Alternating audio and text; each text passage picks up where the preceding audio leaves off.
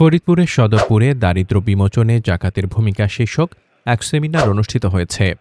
বুধবার বেলা ১১টায় উপজেলা ইসলামিক ফাউন্ডেশনের আয়োজনে এবং উপজেলা প্রশাসনের সহযোগিতায় স্থানীয় উপজেলা দরবার হলে এই সেমিনারের আয়োজন করা হয়।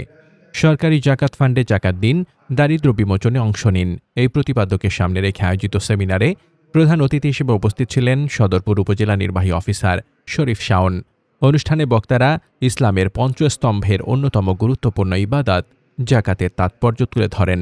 তারা বলেন, সমাজের ধনী ব্যক্তিদের কাছ থেকে সঠিকভাবে জাকাত আদায় ও তার সুষ্ঠু বণ্টন করা গেলে দারিদ্র্য বিমোচন সহজতর হবে।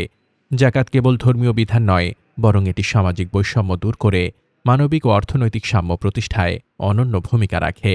সেমিনারে জানানো হয়, সরকারি জাকাত ফান্ডে জমা দেওয়া জাকাতের ৮০% অর্থ স্থানীয় দুস্থ ও অসহায় মানুষের কল্যাণে ব্যয় করা হয়। এছাড়া সরকারি কর্মকর্তা কর্মচারীরা এই ফান্ডে জাকাত প্রদান করে আয়কর রিটার্নে বিশেষ রেয়াত সুবিধা নিতে পারেন।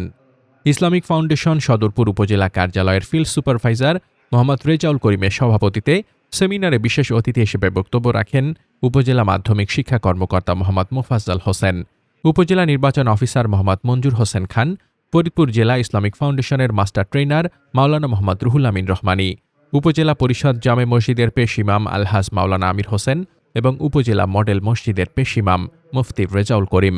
সদরপুর সরকারি কলেজ মসজিদের পেশ ইমাম মুফতি মোহাম্মদ জাকির হোসাইন ফরিদির সঞ্চালনায় অনুষ্ঠানে দোয়া ও মোনাজাত পরিচালনা করেন। বাবুরচর বাজার জামে মসজিদের পেশ ইমাম আলহাজ মাওলানা আব্দুল লতিফ। সেমিনারে বিভিন্ন দপ্তরের কর্মকর্তা, স্থানীয় আলেম ওলামা এবং গণ্যমান্য ব্যক্তিবর্গ উপস্থিত ছিলেন। মোহাম্মদ শামীম রেজা, দৈনিক খোলা চোখ।